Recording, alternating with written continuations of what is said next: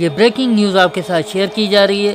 شہاب چتر جو کہ پیدل حج کرنے کے لیے بھارت کے شہر ملا پور سے نکلے تھے، بھارت کے مختلف شہروں سے ہوتے ہوئے ان کو واگا بارڈر ذریعے پاکستان میں داخل ہونا تھا۔ اس حوالے سے یہ بریکنگ نیوز آپ کے ساتھ شیئر کی جا رہی ہے۔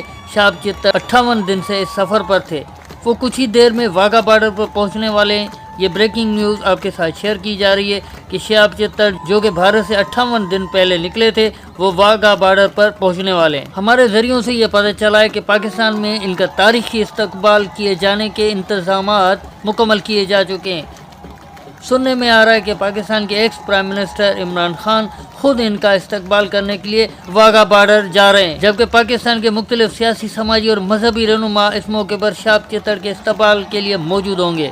یہ بریکنگ نیوز آپ سے شیئر کی جا رہی ہے کہ شہاب چتر اب سے کچھ ہی دیر میں واگا بارڈر پر پہنچنے والے ہیں۔ شہاب چتر اب سے کچھ ہی دیر میں واگا بارڈر پر پہنچنے والے ہیں۔ یہ بریکنگ نیوز آپ کے ساتھ شیئر کی جا رہی ہے۔